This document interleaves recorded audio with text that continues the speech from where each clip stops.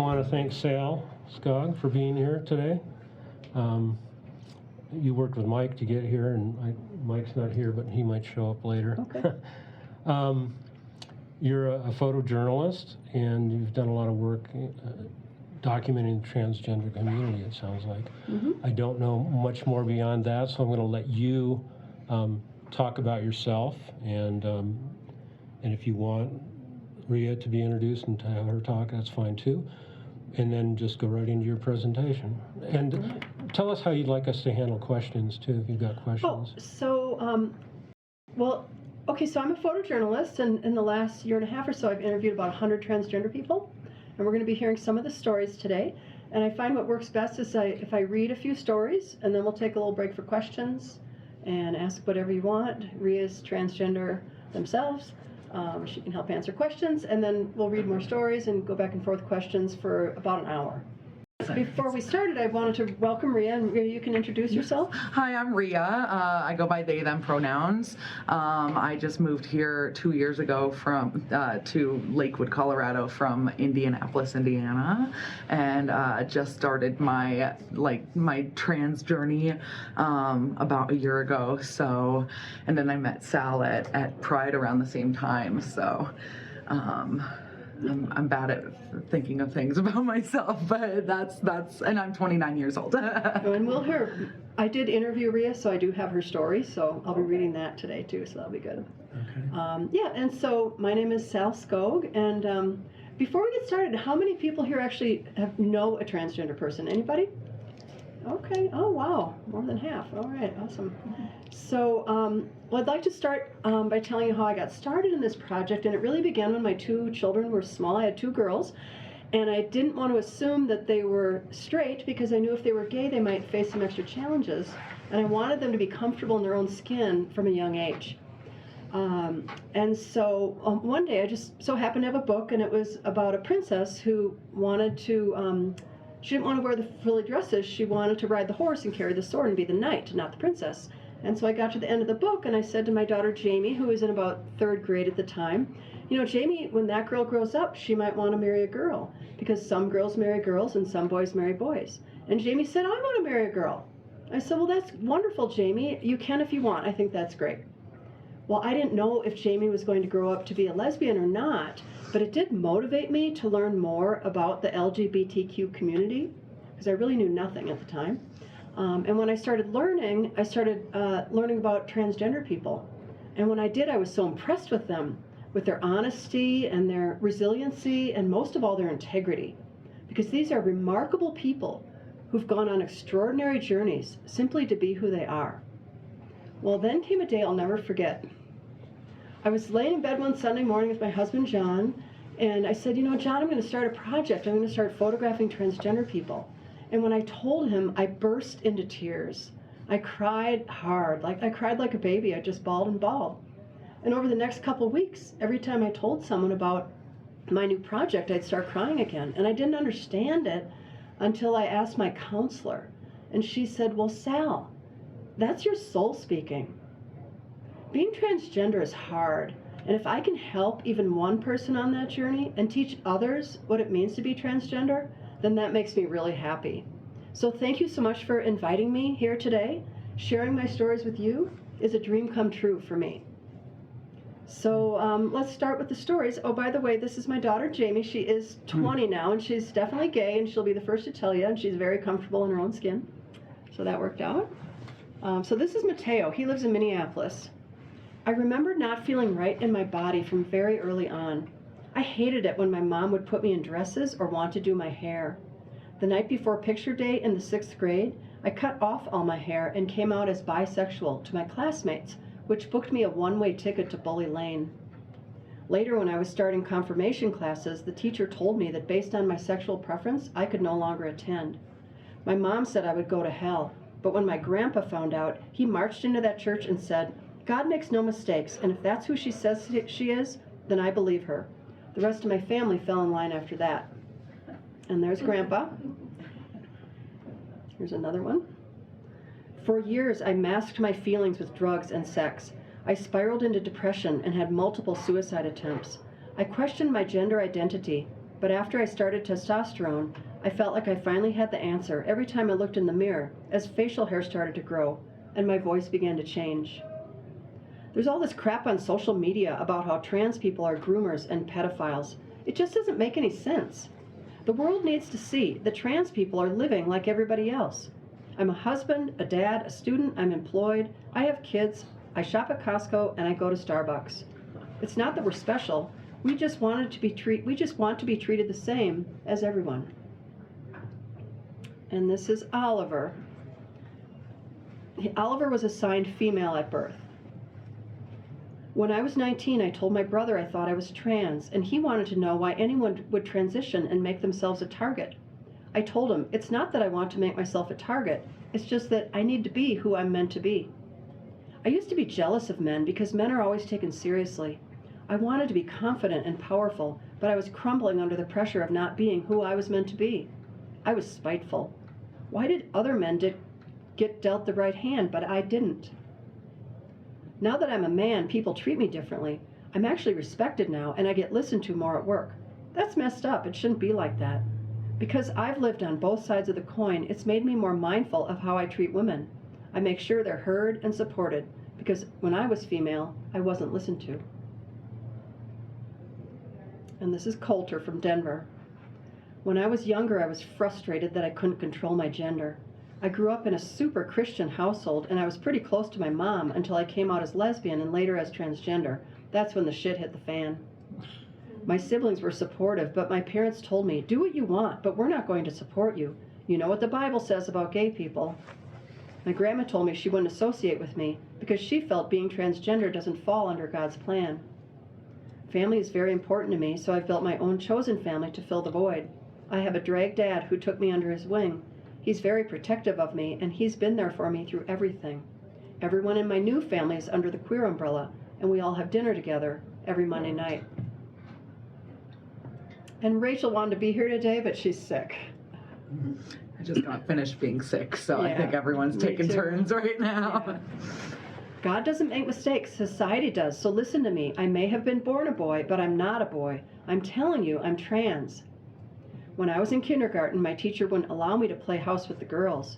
She said I could only play with the Erector set, Legos, or Lincoln Logs. I threw such a hissy fit they had to call my mom to pick me up.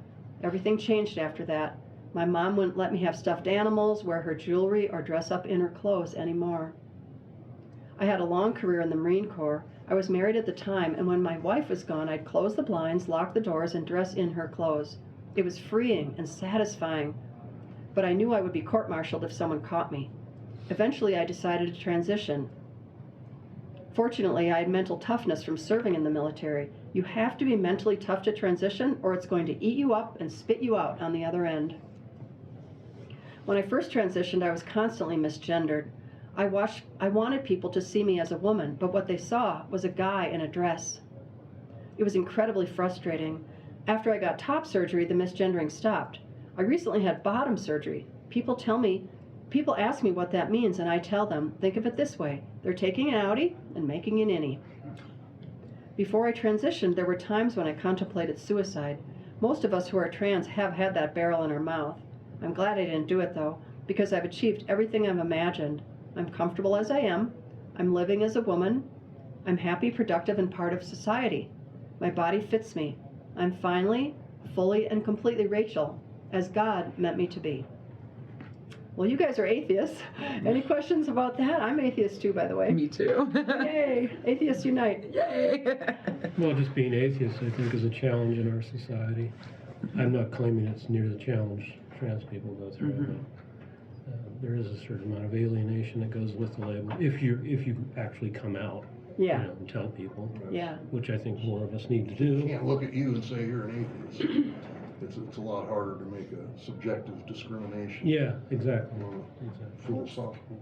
What's the estimate of what % of the population is trans? I don't know the exact number. Do you, Rhea? The only thing I've heard recently, and I don't remember the exact statistic, was that like in I think it was England or something like that. I think they said either trans or LGBTQ community has risen quite a bit as far as like people who've come out, but I don't remember the exact I think numbers. it's like 1.7% or something I've heard, but I think more like high school students identify as trans than that. But If you look at the demographics, the younger population. yeah.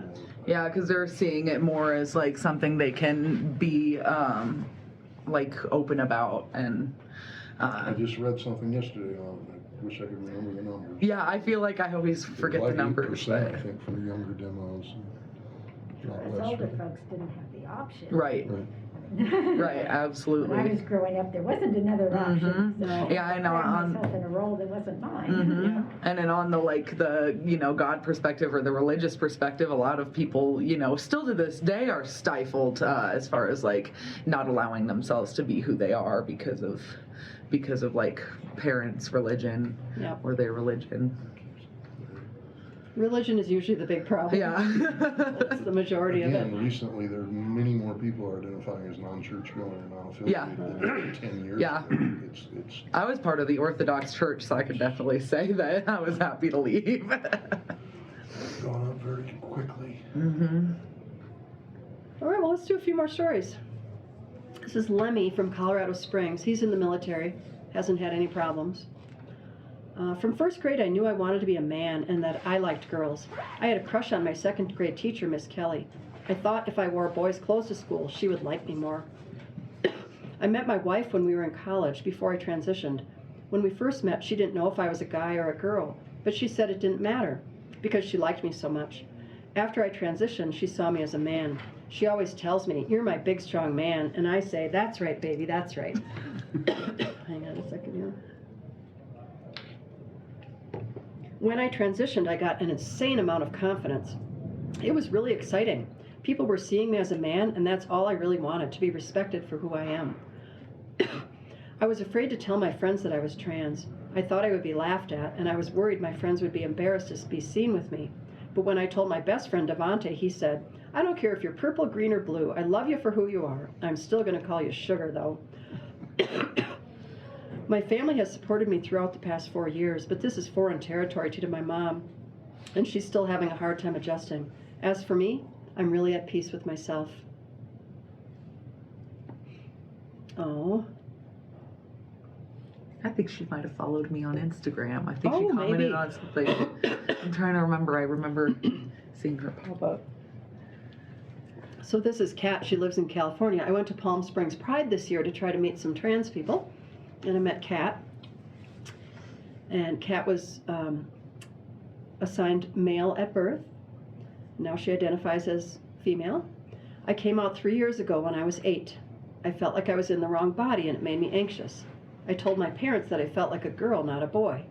They were perfectly fine with it because my mom is bisexual and my other parent is trans. It was harder to tell my school because I thought people would be mad and tell me I shouldn't be trans. When I did come out, most of the kids were pretty good about it, but this one kid is real homophobic, and he told me that since I was trans, I would go to hell. It made me really mad, so I told him to piss off. And this is Leo from St. Paul.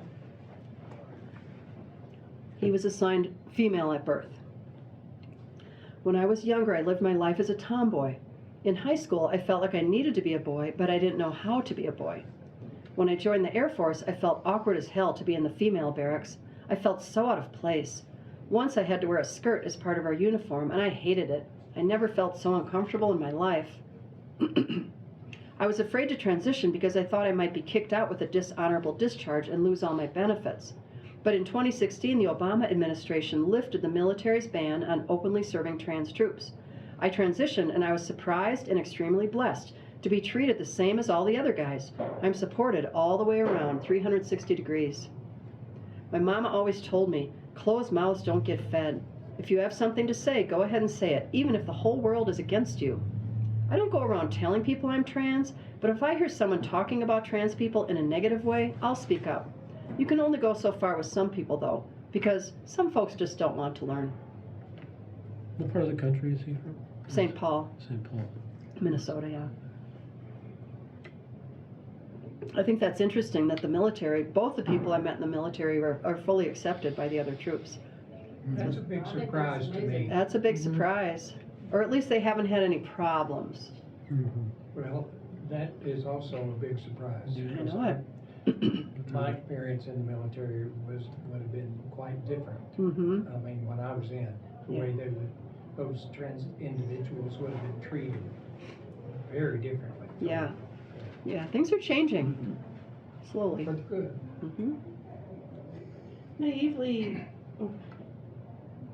are we at question Go ahead. time? Sure, sure. As like naively, I feel like from the pictures you've seen, when it's somebody who was, help me with how to word this appropriately, somebody who was formerly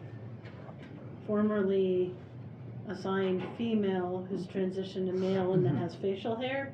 Yeah, like Really hard passes. to I mean, tell. I hate to say the Like, word yeah, passes, but there it's you go. true. I Like can't a lot of tell. people view, like, like Rachel says, to a lot of people, she was just a boy in a dress.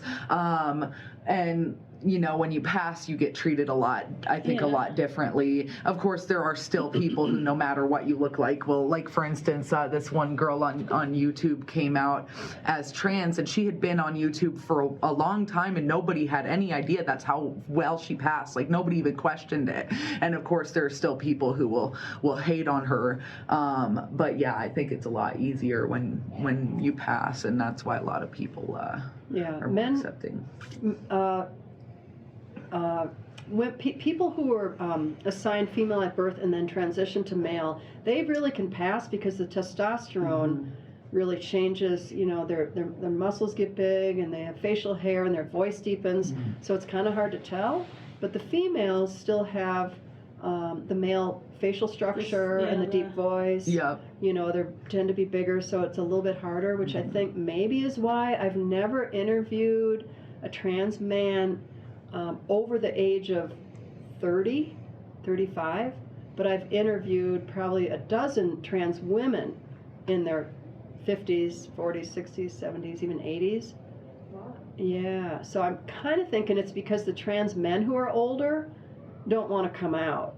They can pass and they don't want to deal with any kind of discrimination or harassment, and they don't really need to say anything because people just assume they're men. But the women are still more vulnerable. So I'm guessing that they're more willing to step up because they want things to change, where the older men can blend in. But I've had plenty of younger men speak up because they're living in a different time where it is more accepted. And if they do something about it, they see it changing more, so they're more willing to jump on the bandwagon and make change. Does that make sense? My How was that woman who's 84? When did she change? You'll be hearing her story coming up. Oh, okay. Yeah. I also think it might be, I don't know, and this is just my thinking, it might be easier, or it might be a little bit more difficult when you're a trans man, especially like an older generation trans man, and coming out to somebody and then them treating them like a woman is, I feel like, maybe something that's a scary thought for them. So that might be another reason why they don't come out. Yeah.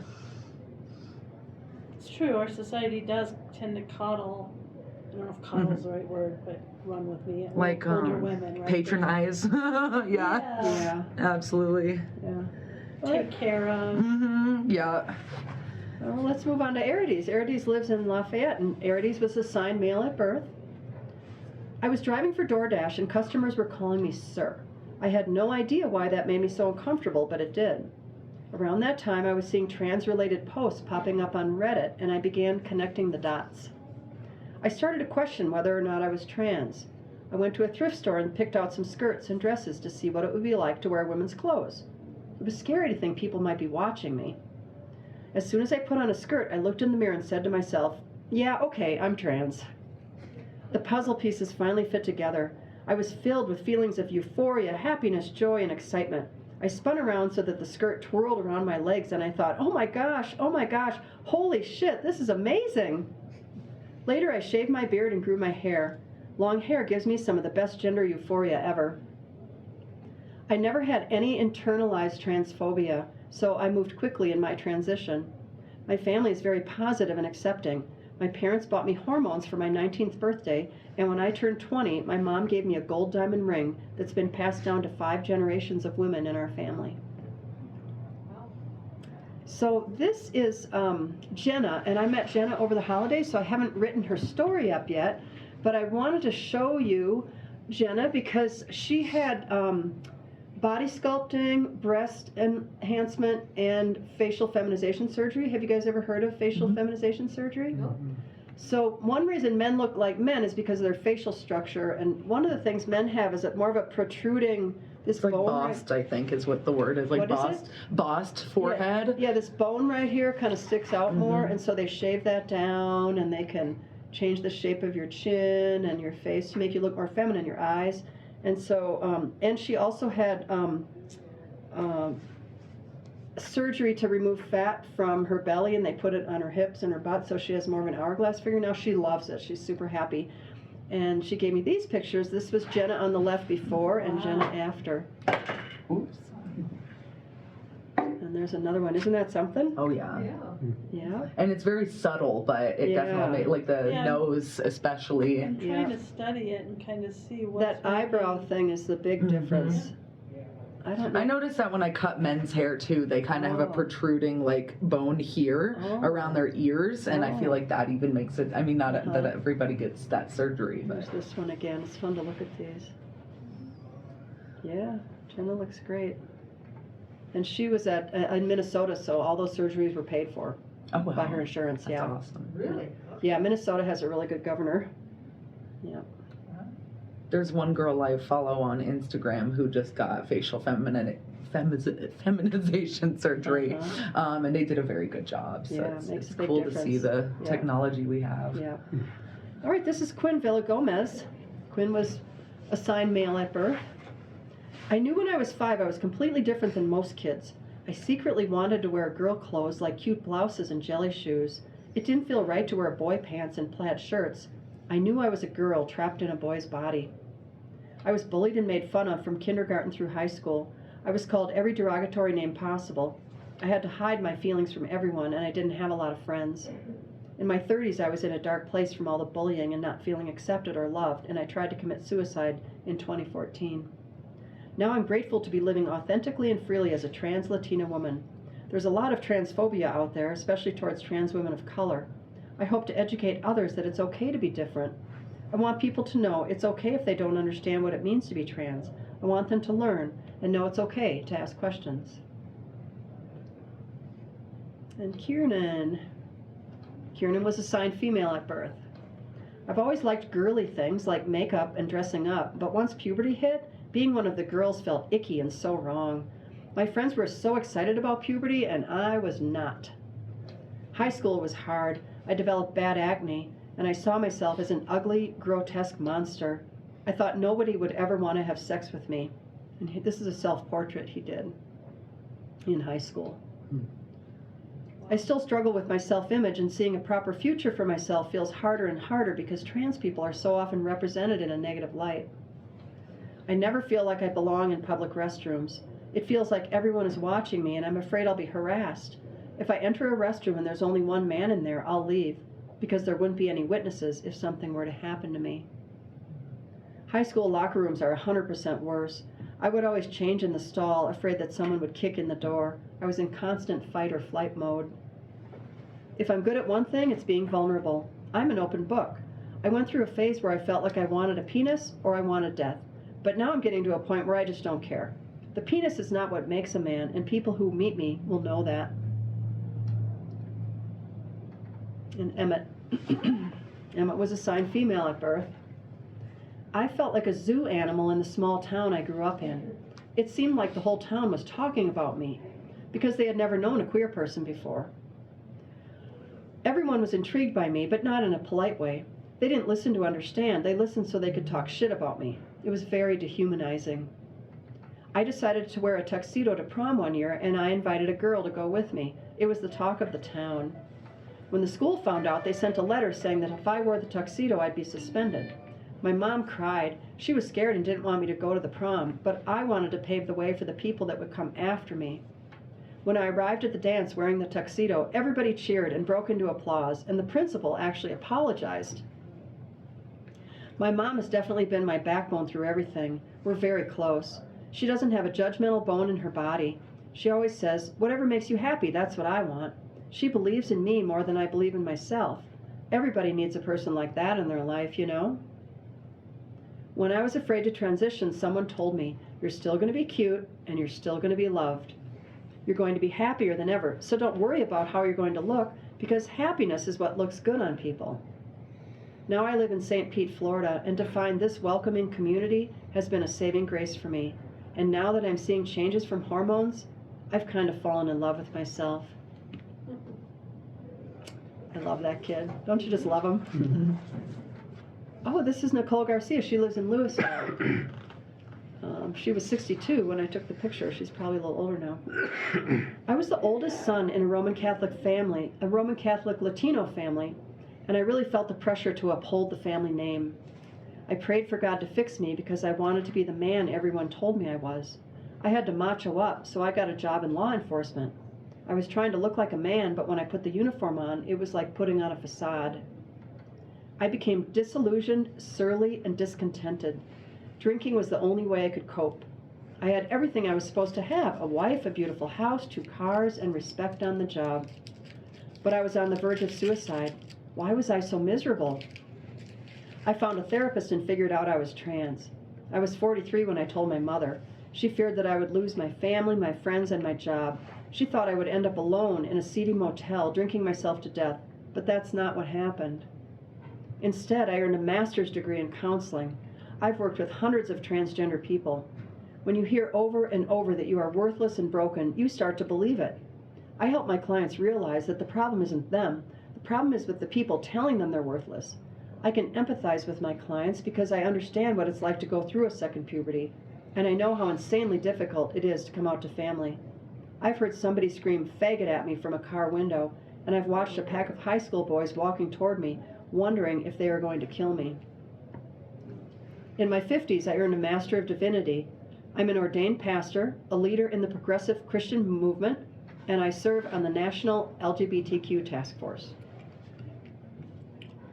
Can I say something? Yes, I please. find that amazing. Quite a role model. That people who follow a belief system that has created so much agony for them condone it and promote it. I don't understand that mental bridge. It's like I don't understand black people following Christianity either when it was used to condone slavery. Yeah, I think what it is they compartmentalize and they take the parts that they value, and the other part they try to fight. I think that's cherry picking. Mm-hmm. Well, she's trying to change things from within too. by She being is. in there and doing it within the church rather than outside. Yeah. Any other comments on that? I was just gonna say on what you said about black people following Christianity. I learned just a quick thing that I learned was that was one of the only books they were given to learn English. So that's one of the first books that they were reading. So I mean, to me, it makes sense. So that's why, right? For exactly, reason, absolutely, to brainwash. It empowered the slave master. It says Right, here, this is right, what absolutely, God wants me to do to you. especially because religion teaches you to bow down and not think for yourself. So. I can definitely see why they were like, here, read this. And I would think being trans in the Hispanic community in general is more challenging because they're more Catholic. Mm-hmm. Absolutely. Yeah. So there's more of that baggage to overcome.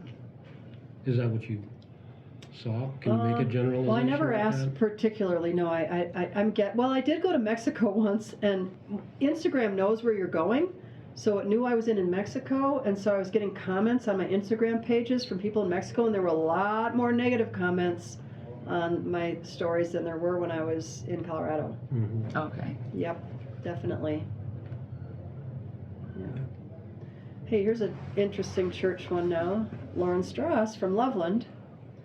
I was married with a young son, and my wife came home one day and caught me wearing a wig, a dress, and high heels.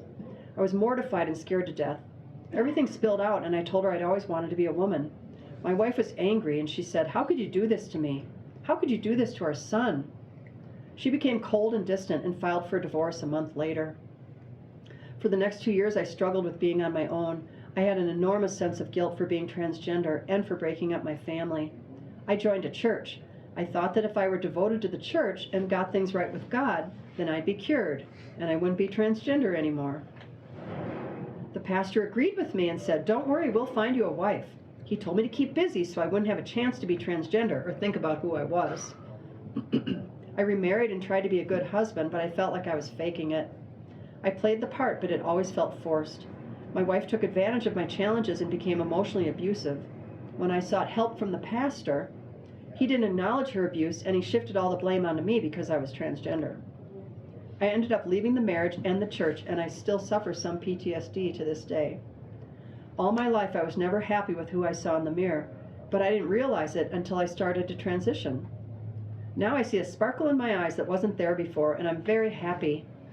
I'm healing and I don't feel guilty anymore. I'm looking for a better, progressive church because church should be a place to find community and solace, but what I found was judgment.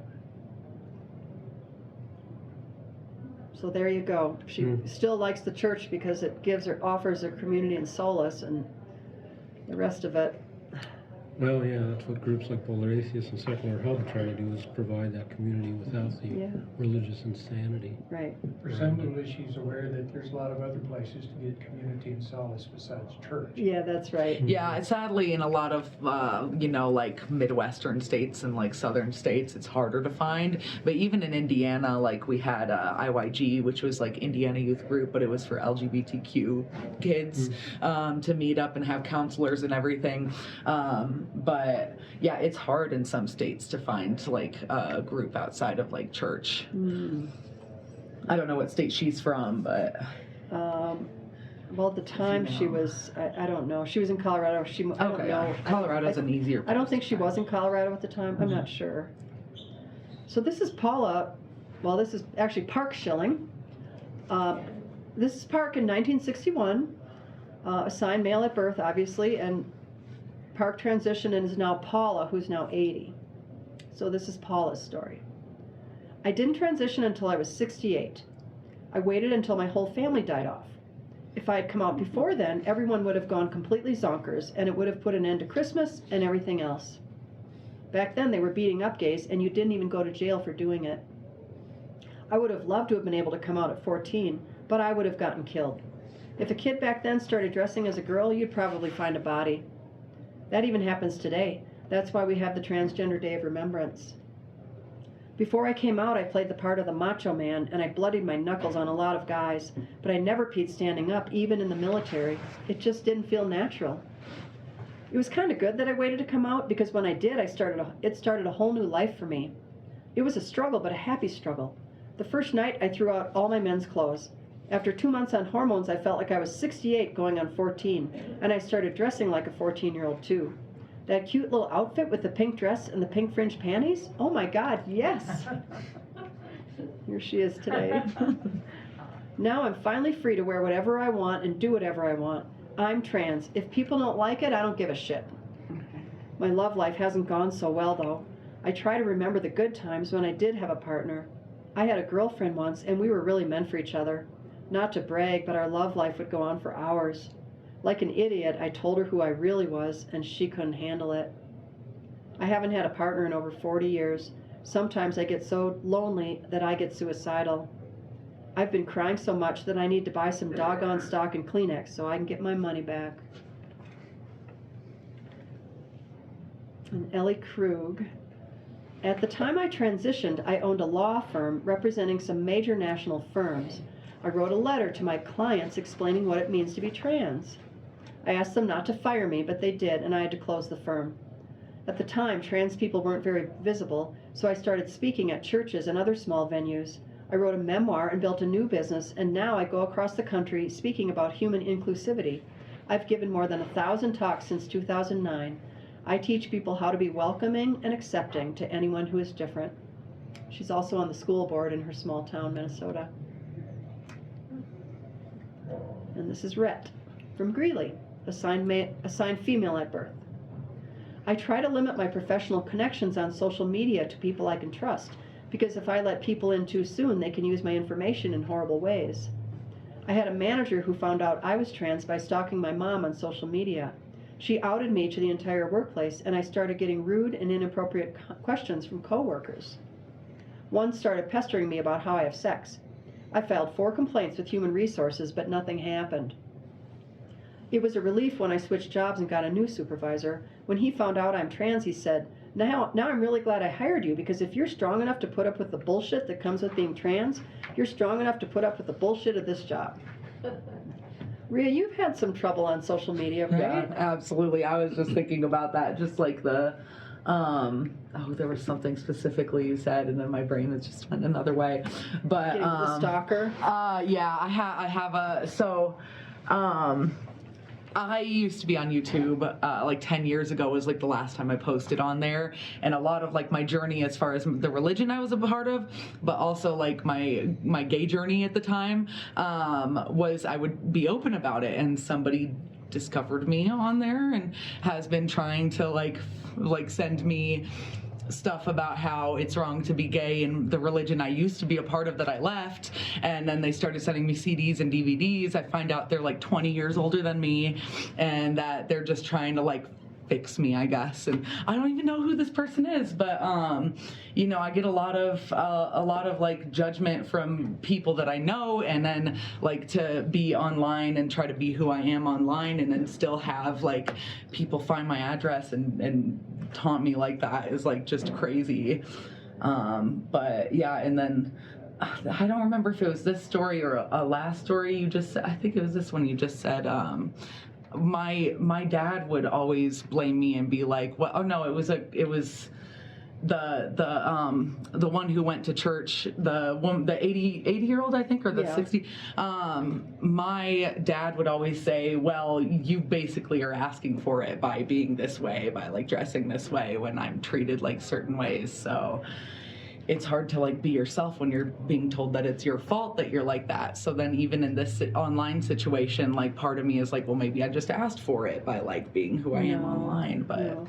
So we gave a presentation in Boulder a few weeks ago in December, and one of the men raised his hand during the question period and said, you know, this is all not acceptable. Transgender people have mental illness. They're just like schizophrenia. yeah, comparing us to schizophrenic people, and then there was us comparing us to anorexic people, saying that, well, a doctor wouldn't tell you, yeah, you are fat when you're anorexic and you think you're fat. And then he was saying, just like a doctor wouldn't say your schizophrenic delusions are true. I remember word for word what he said, I swear, and then I ran out of the room. Right, and so I said, well, thank you for coming. I'm glad you're here. Maybe you can learn something today, being, you know, the optimist that I am.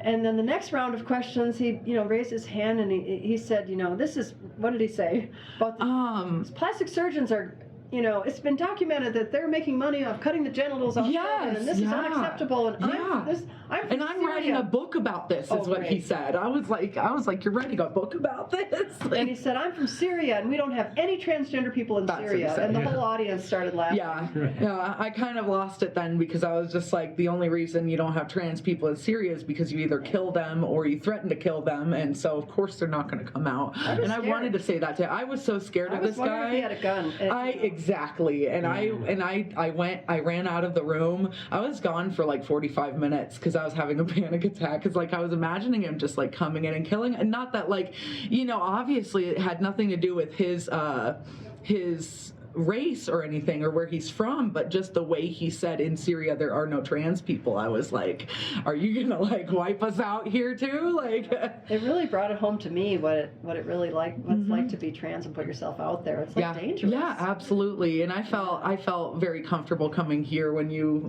mentioned it was for an atheist group. I was like, okay, it's a little less public, but when it's more public, it can be kind of scary. Yeah. He did get escorted out, and the whole audience clapped when he left. And the police came it was too. at the Dairy Arts Center. Here? Yeah, they were so nice. The employees there were so nice. Yeah. They talked to me, and then they had the police make sure that he didn't come back, because that was my fear, was like, what if he comes back? So what I've You learned. guys outside or something too. What? You could have been waiting. That's for you. exactly. Well, they I had the had police someone come. escort me to my car. Sorry, what were you gonna say? Yeah. Sure, that nobody's following you. Mhm. or whatever, yeah. Well, what I've learned is people, he doesn't want people to be transgender because it threatens his culture, his Masculinity, value too. system, and his belief Exactly. system, and people would much rather hang on to their beliefs and reject their family member, their friend, than change their beliefs. I see it again and again. Kids kicked out of families, and Yeah. kids not, speaking to their parents anymore. It's pretty harsh. Yeah. And the heart of those belief systems are religion. Yeah, they are. Mhm. Yep. I guess I'm curious what themes run through what people feel that makes them realize that they're trans. Because a lot of these stories, it's manifesting as clothes. As clothes. Clothes. Oh. Like a lot of the stories you're reading, it's about I want to wear a dress, or I want to wear the other's clothing. Sure. I think That's it, a manifestation of society. I think. right. It is. I think it's I- being viewed the way they want to be viewed. I hate wearing dresses. Mhm. As a kid, I wanted to. Me too. I wanted to. I wish that we could play basketball. The girls could play basketball too, and the guys didn't get the only court. And things like that. So I was a tomboy, but I've never felt like I was in the wrong body, or Sure. felt like I wanted facial hair or different Yeah. anatomy or anything like that. Well, gender is a spectrum. We Yeah, grew so up I thinking guess it's one or the other, but Mhm. we all have some masculine and some feminine, which is kind of what you're saying. But Maybe a little Are more. there themes where clothes tend to be the first thing? Well, Is it that's- I think that has to do with like socialized? Is it- yeah, and I think it Yeah. has to do with perception. They want to be perceived. Like for instance, for me, like my fear, and I know it's the opposite of some of these trans stories. My fear is seeing the contrast of being treated as a man versus being treated as a woman in society. And so like a lot of people feel that like, okay, I'm realizing that I'm not a girl, I'm a boy. So it's important. Like as human beings, we want to be perceived the way we see ourselves. So I think that's a way to kind of Express your gender. express your gender. Clothes Exactly. express your gender. Right. Like I have earrings on, so I'm kind of signaling, I guess. Yeah, and then for But I'm me, curious, I guess, if we took kids and put them in a vacuum, which of course we can't do, is there actually something about either colors or style of dress that the girls really would all gravitate to dresses, or is that a relic of society? it's definitely society and like And- what we're doing right now in society. Because if you look in the past, like heels were invented for men, dresses were worn by men, especially in the Middle East, and like makeup, obviously in our society, Yeah. a lot of like gay boys wear makeup, and even I wear makeup, but I don't want to be perceived as feminine, which is why it's scary for me to wear makeup, because like although I love it, I also am afraid of society perceiving me as like female. Like I don't mind, touching on my feminine side, but like you said with color too, pink used to be considered a man's color, and so I think over time society just decides like what they're doing. Like Somehow But some the things- kids, when they start to realize this, they're gravitating towards societal cues because that's what they. Well, and maybe some of it's know. innate too, because my girls never had any interest in dump trucks or Right. construction. And the neighbor next door, her boys could for hours watch the trucks go back and forth.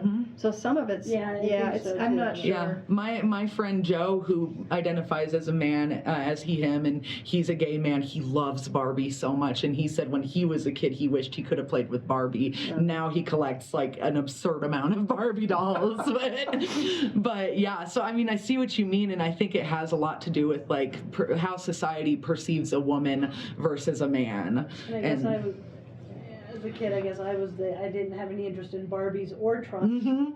I wanted Same. to play with horses and little miniature. Same. I was a horse kid too. My mom raised me with black and white, like everything I had, and like maybe yellows and greens, but she never chose like blue or pink. Oh. Hey, speaking of Rhea, check it out. Here I am. I moved to Colorado from Indiana because it's so hateful in Indiana. At first I thought I made a mistake because on the way I stopped at a gas station on the plains and there was a guy dressed head to toe in a Confederate flag jumpsuit kind of thing. I would have spoken up, but I was scared of him. Now that I'm in Colorado, I feel safer because people are more welcoming. A lot of people in Indiana are anti-trans and anti-gay, and they don't keep it to themselves. I'm a hairstylist, so I hear it all, and it's common to hear people saying that all the gay people are going to go to hell. One man kept talking about how all those, quote, dumb libs are going to force our kids to change their genitalia. It's mind-boggling that he would say something like that while someone was holding a scissors near his head. In Indiana, I can't really be out and proud unless I'm at Pride. There's a big difference between a Pride festival in Indiana and one in Boulder. In Indiana, protesters with megaphones yell atrocities at you. One guy was shouting, "You're going to hell!" And I finally got so sick of it, I hollered back at the top of my lungs, "God loves you, you're worthy and beautiful." As much as I would love to say I did it to spread positivity, I also just wanted to ruin his day. I mean, think about it. This is someone who gets up at 7, drives to the parade, pays for parking, and plants himself in the middle of Pride to spend his day ranting and yelling at queer people, trying to make us feel bad. Why would someone purposely do that? People at Pride are there to love themselves. They shouldn't have to deal with that kind of crap. I feel like a flower power kind of person, but unfortunately, we can't just spread peace and love and hope for the best. People want to take away our rights, and we never got anything out of being peaceful. To be honest, it feels like one day there could be a Holocaust against us. I know that's a hard word to use, but these people just want us dead. So you've told me that you want a beard, right? What's holding you back? Yeah, so like I said, it's like that I know how society's going to treat me a lot differently, which I don't like how society treats me now. So I'm kind of like, for me, I've decided to start therapy starting next month. And so hopefully that's going to bring me to at least, I know for sure I want top surgery. But the beard is something that I've always dreamt about since I was a kid. There's a Shania Twain song that like I stuck to the one line in it's called Up, where she goes, "I wish that I could grow a beard," and so I always would joke about that and say like, I wish I could grow a beard so I could just like, grow it all long and braid it. But yeah, and so I think my fear of like other masculine features not being something I identify with comes with the hormones. So I think that's why hopefully maybe therapy would help me get in the direction that I want to go, which I haven't figured out yet because I'm newer to coming out. And I'm a non-binary trans, so I don't identify as a man, but I do identify more as like trans masc, so more masculine. So I don't identify as a woman either? No, I definitely, like, if you see it as a spectrum, like there's hard woman, hard man, and then there's like non-binary, which, you could be gender fluid and kind of feel like a little bit of both. I'm definitely closer to man, but I don't feel fully like I want to identify with like he, him pronouns or like. Do you think if you take hormones and do top surgery and grow a beard, do you think you will feel more like a man? I think I would, and I think I know this is like kind of a psychology thing probably, or psychological thing, but like I dream about it. Like I see men in movies and stuff and I'm like, I don't look like him. But then I'm also like scared that, because I think it's because I was raised by a mother who always told me, I know you more than you know yourself. So when I would say like, I want to be this person, this is who I am, she'd be like, no, it's not. Like, this is who you are. You love dresses, you love pink, you love blah, blah, blah. But it was more so I just wore whatever my mom gave me. And so I think like telling myself, yes, you know yourself fully, and not how society perceives me, because that was something you mentioned earlier, like the perception of society is very hard for me to take, because I'm kind of like working on being more comfortable in my own skin and knowing who I am. I wish I So could do give you you know my anybody who whiskers. has started to grow a beard? Yes. I mean, I have friends that have- I have a friend who actually transitioned in high school, and he was one of my really close friends for about 6 years, and he grew a beard in high school, and so it was very easier. It was a lot easier for him because people perceived him as a boy, and so I think that I know there are different ways of making your face masculine or like adding a beard. Like you could either grow it through hormones or have it surgically. I've seen like the surgical beards where they implant the hair, and I always think about that because it grows in fuller, I think, than like if you were to do hormones, and how it grows like patchy underneath the chin. But Yeah, I was gonna say, because one of the new owners of the Walnut Cafe is doing that, and her beard now is like a couple inches long. yeah, And I don't know which way she did that. I assumed it took over time, so I Right. think it was hormones as opposed to implants, but. right, and Yeah, hormones that's somebody definitely. right there out in public, and so far, they've got plenty of customers still coming in, and, That's I awesome. think it's going okay for her. What were you gonna say, sir? I know you. I just said I'd be glad to give you my whiskers, they're a pain. We shave them off all the time. Keep growing back. Tired of having to Take do it. Right. I liked when we all wore masks. I didn't have to You shoot. didn't have to shell on that. Did you have a comment? Yeah, how old were you when you decided? Or Like- when your body, masculine part took over your body? Yeah, when I started feeling more masculine, like, I've always felt like it. I have a picture of me that I always look at that I'm just like, to remind myself that, like, you didn't just discover this. Like, it was always there. I wanted, and like you said, this is the perception of, like, I wanted to wear, baggy clothes, and my mom kind of just would push the, like, dresses and stuff like that. And so I just kind of took what my mom was doing as like she knows who I am, so I'm just going to push this away. And so when it was the middle of the pandemic, I remember, because my mom would say like, oh, this is just something that your friends at school are like getting you into, because all the young kids are now coming out as trans and coming out as non-binary, so you're just trying to fit in, which is ironic because society, you don't fit in like that. But during the pandemic, I had no one around me to like push me a certain direction, and I just slowly, I started going into like baggier clothing and feeling more okay with embracing my masculinity that I feel was always there. That was actually fairly common. A number of people told me it was during the pandemic when they really, yeah, because they had that time Pandemic by did a lot. themselves. Yeah. And it was unfortunate. You told me once your father used to call you it. Yeah, my father's called me an it, which is interesting because it almost feels like he's known all along that I do not identify as a woman. And he was like, we were at the BMV and trading cars because he wanted to take my older car and he was going to trade me his car. And so he starts telling the guy at the BMV, who's like just trying to do his job, yeah, she doesn't know if she's an he or a she, she's an it, and like this guy's like bewildered, like, why? And I'm over here like, I'm so sorry. Like apologizing to this guy for listening to it, but for me, like, I just was used to it. And my father would give me shit sorry for the profanity, but he'd give me crap for dressing feminine when I would wear all these dresses my mom got for me and my aunt got for me, and he would say, because I got felt up in a Target by a man one time, and I cried to my dad about it, and he was like, well, you shouldn't have been walking around in those shorts or that skirt or whatever I was wearing. But then he would give me crap when I would wear something more masculine or like baggy. And so, to him, Couldn't win. to him, I was just, I couldn't figure out if I'm a girl or a guy. And so I'm like, well, he's not wrong.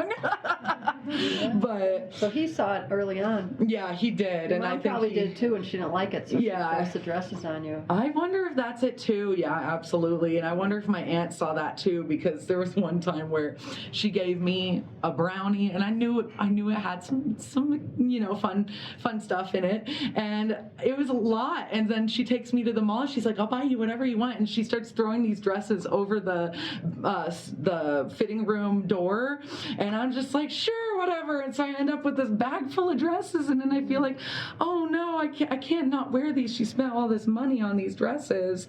And so I just kind of forced and it was actually like about a year after that, I remember I was looking at those dresses and I'm like, I would love love to date a girl that would wear these dresses. But I don't want to wear them. So I kind of just shoved them in a suitcase and they're in the corner of my closet. And it was during the pandemic that I went through Goodwill and found like all kinds of, men's clothing, and my whole wardrobe just changed completely. How are we doing on time? How are we doing? It's 2 o'clock, it's almost straight up. Well, we got the room till 3. Do you want to hear a few more stories, or We got I've got one 159. question for Rhea. Sure. How do you relate to your family now? What's that relationship? I stopped talking to my father for a year and a half because we had this big fight, and I basically told him I don't want to be a part of my bigoted family anymore. I also stopped talking to my aunt for the same reason, because she started to follow the MAGA train. And so, I was just like, I've had enough of this, and I actually moved here without telling them. I cut them off and moved to Colorado, and it was like freedom. But I got into contact with my father again because he's 72, and, I don't know, there's that part of me is like, he's my father, he's gonna, be gone one day, and I don't want to miss the opportunity to have a relationship with him, which I still have kind of like a iffy relationship. He has gotten better about saying stupid stuff. He's called me a cunt like my whole life. And I mean like constantly. And so I think that was one of the reasons why I stopped talking to him, and then, calling me it. And I think one of the last things he told me was, because he was so upset when I told him I was gay, that he's like, you have to have a man in your life. You're never going to succeed without a man in your life. And then I went and proved him wrong. So I think he kind of shut up about it. But it is easier having him in my life. My mom has grown a lot. I came out to her as a lesbian 3 times, and the 3rd time I was like, look, this is it. I've tried like twice already, when I was 13, when I was 16, and then when I was like 21. I told her, like, this is who I am, and you're just gonna have to accept it. And she finally started to accept it. She's even like defended me to my dad, because another thing that fed into that big fight we had was I told him I don't want to bear children. Like, that is like, the idea of carrying a child scares me so much, and he wants grandchildren so bad, and like, I'm like, maybe I'll adopt one day. And so he was telling my mom, well, no, that she's a lesbian, she can't have babies. And my mom's like, if Rhea wants to have babies, she can adopt. Like, and so she's definitely worked on like being more knowledgeable about how the community works, and how like helping a child of the community. Nice. Yeah, it definitely, she's changed a lot. And coming from the Orthodox Church, like, she's left that since then, but she's definitely grown. Well, thank you. Of course. Do a few more stories? Yes. Okay, so this is Daylina. She's 34 from Florida. I'm a journalist at a local NPR affiliate, and I started an audio series called Trans Joy. I interview transgender people and ask them what trans joy means to them. I want to combat negative and depressing misinformation about the trans community and focus on finding queer joy and magic. A major marker of success is joy and happiness, and I want to reach the youth who look to trans elders to see success. I want them to know we are working to effect change in a world that's backtracking on our rights. We can't rely on the government to protect us. We have to build our own communities and protect each other. Oh, this is Deborah Richmond. She was assigned male at birth. Growing up, I didn't know what the hell was wrong with me. My dad had some friends who were cops. When I was 7 or 8, I overheard them telling my dad that they would beat the shit out of the guys at the bar. That conversation put an end to any possibility that I would talk about my issues. I didn't know what gay meant, but I thought it might have something to do with me. When I started puberty, I had a deep sense of shame. My mom worked nights, and if I was home alone, I would sneak into her room and wear her bra. One night when I was 14, I fell asleep wearing it. My parents came in to wake me up in the morning and saw me wearing the bra. They didn't say anything, but they left a note on my dresser that said, "How could you?" The next year, they sent me to a Bible camp where the adults in charge tortured me because they thought I was gay. One memory in particular stands out. While another kid was holding me down, an adult held my mouth open with a metal tool. When they showed me pictures of guys, they would insert a metal device into my mouth to give me an electric shock. When they showed me pictures of girls, I wouldn't get shocked. Later, I found out the electrocution was done in the mouth so that the burns wouldn't show. The trauma affected me deeply. I've only been to the dentist 4 times in the last 30 years. And I really learned to hate myself. I'm 61 now, and I still struggle. She's married to Jennifer, who's also a trans woman. As I aged, the need to transition became more urgent. I would visualize myself at my own funeral looking down at the guy in the casket. I didn't want to die as a guy. I knew I had to transition or kill myself. 2 weeks after I started hormones, the background noise telling me I could kill myself was gone. Hormones are the only antidepressant I've ever needed. I was finally peaceful. I've had enough losses that I've earned the freedom to be me. I get to be an old woman, and I get to be alive for it. Unless you've experienced it, you can't imagine the relief and freedom of finally becoming yourself. This is Maya. Maya lives in Denver. Where I live, guys, they see trans girls as objects, and I'm not an object, I'm a human being. My dream is to start an organization for trans girls on the streets. I would have my own hotel for trans girls. I would help them get cell phones so they have a safe place to go and someone to call. My mom always told me, breathe in the good shit and breathe out the bullshit.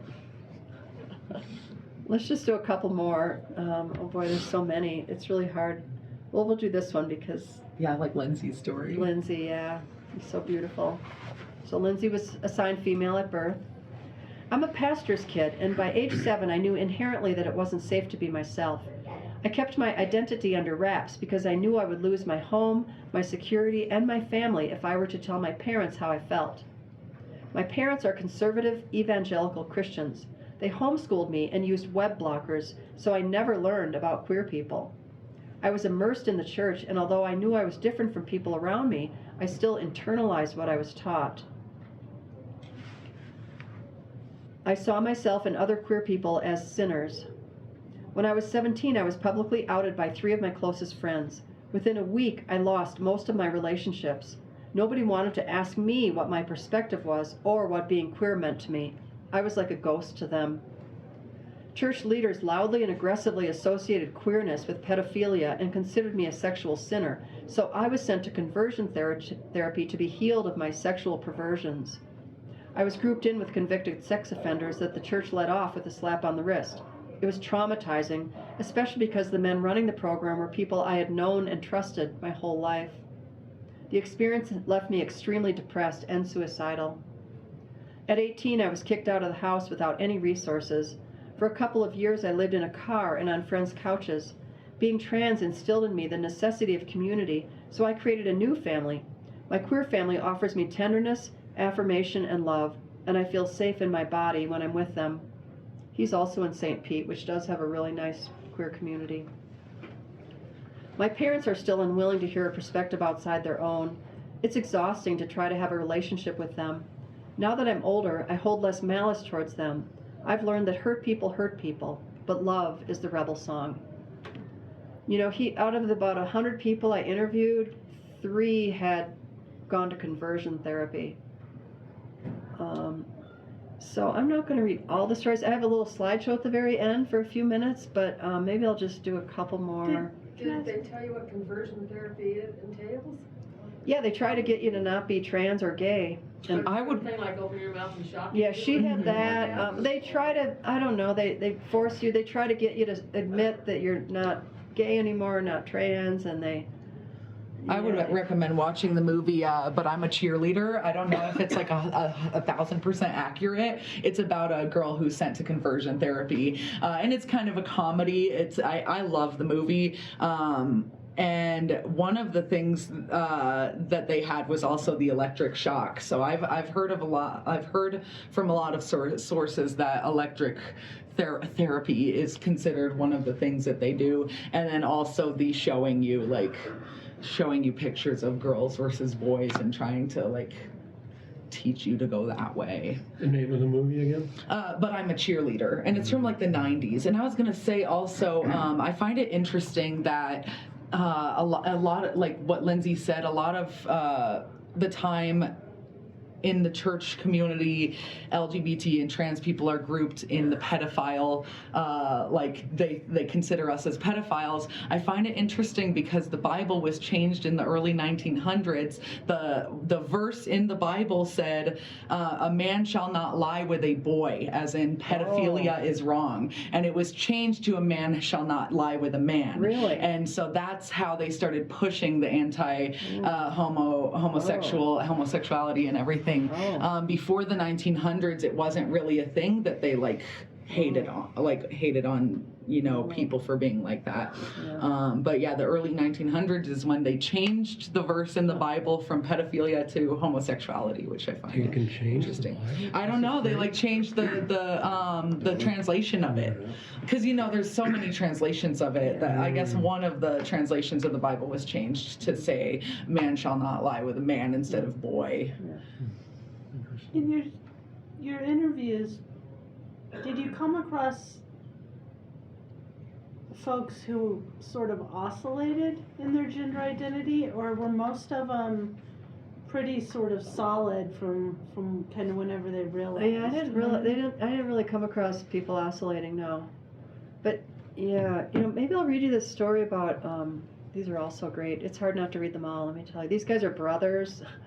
I like their story. Yeah, they figured it out during the pandemic that they were both trans, and they were afraid to tell their parents, but they knew they had to, so they decided during Pride Month they would buy T-shirts that said, Gay Pride, and then they'd go into the living room and tell their parents that way. And so they were so afraid they waited until midnight on June 30th, which is the end of Pride Month, to tell them. But it turned out really great because they had really great parents that totally loved them and accepted them.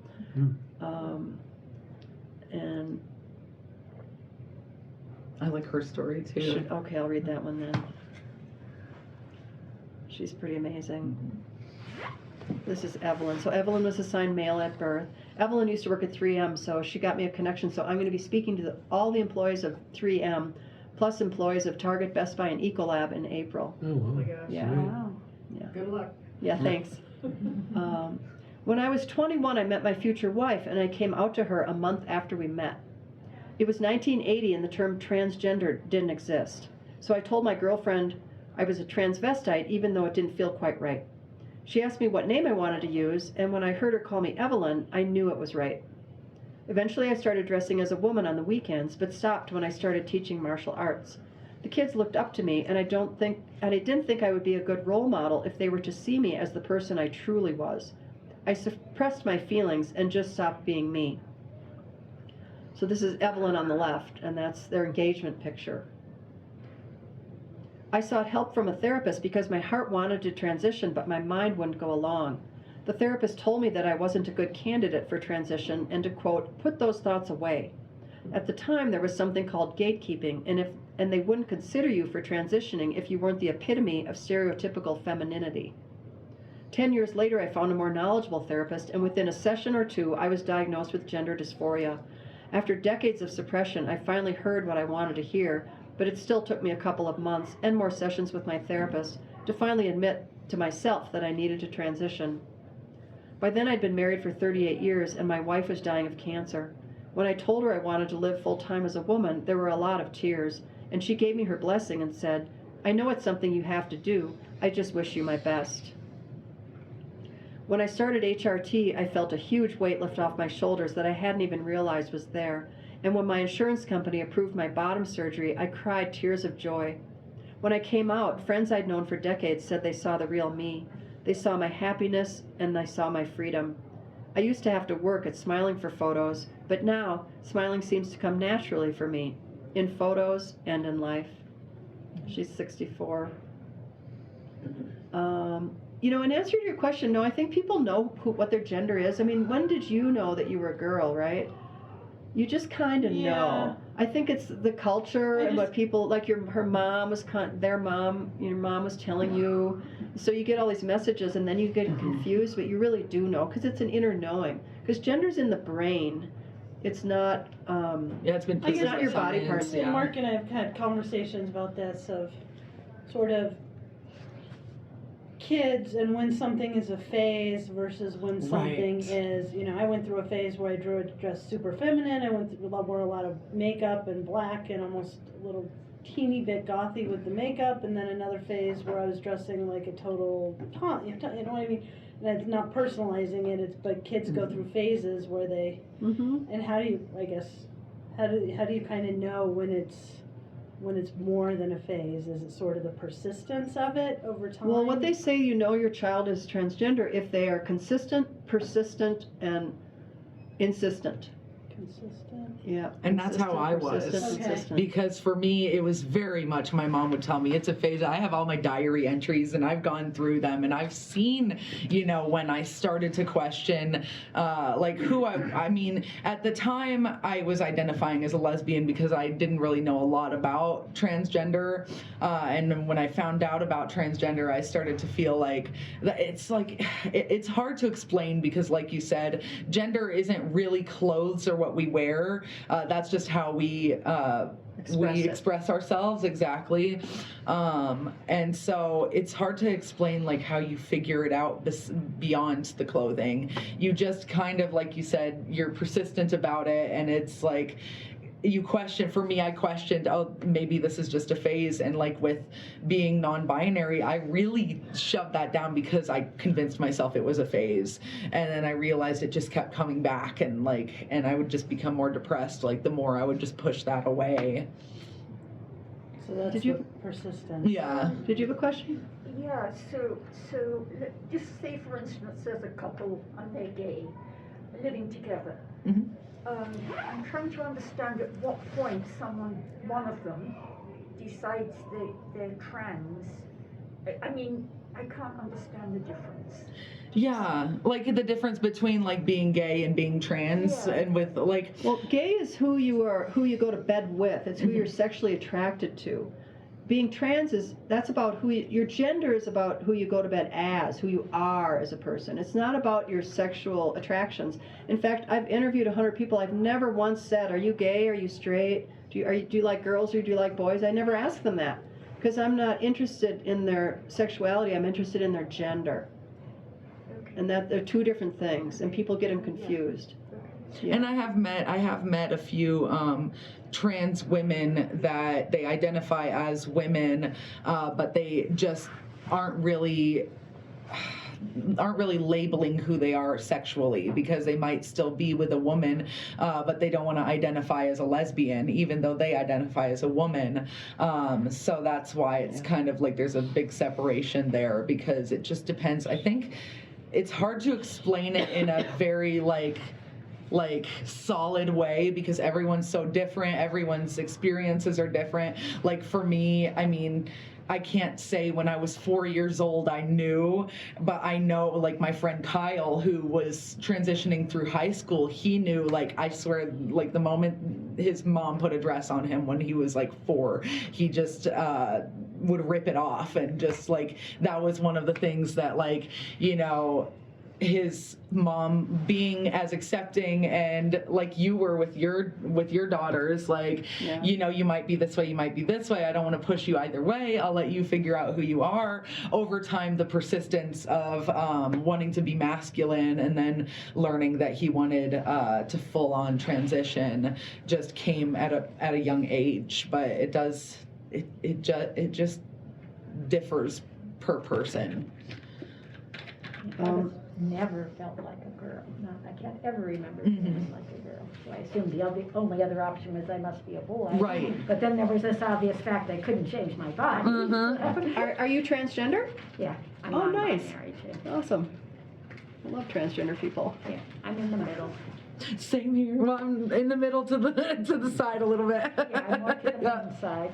But when I had my first baby, you see, that's when I found there was actually a use for this stupid body. Right. And I know transgender men. There was that transgender man that was on like Dr. Phil or Oprah or something, that he got pregnant and had a child, fully transitioned as a man, other than obviously those organs.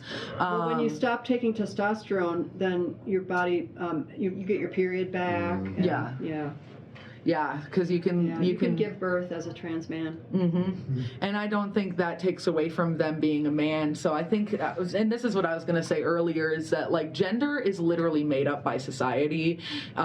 Gender, I think, because we're so used to seeing man or woman, and now we're trying to add that in between and understand that, it starts to really open up the fact that like gender is just a social construct basically. And that, you know, like we said earlier, like pink could be feminine now, but it wasn't feminine 100 years ago. Dresses, you know, I have a Rumi is a poet from the Middle East, and if you look in his poetry books, you'll find pictures of men in like full dresses. So I If you think go to Asia, you'll see men walking down the street holding hands. They're not gay or anything. Right. It's just socially acceptable. right, Well, the absolutely. founders of this country, I mean, Yeah. they were wearing wigs. Wigs and everything, hosiery yeah. and- And someone else's teeth. Fun fact. So, hey, now I'd like to switch to a little show that I have for you. Let's see. These stories can be kind of heavy and intense, and And she has them on Instagram. I don't know if you've told them your Instagram. oh, right, yeah, I have a business. If anybody wants my card, I've got all that on the card.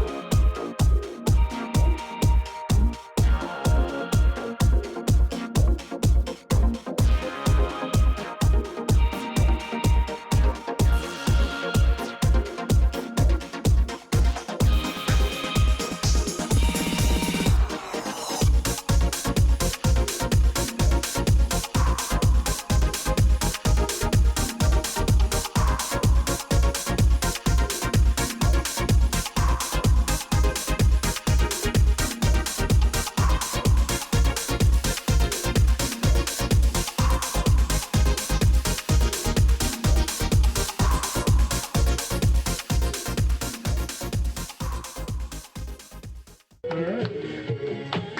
Well, thank you, Sal. Yeah, thank you. Yeah, you I guys. like your photography. What? I like your photography. Oh, thank you so much. Thanks. Yeah, it's a gift that I have. It's nice to share it. Yeah.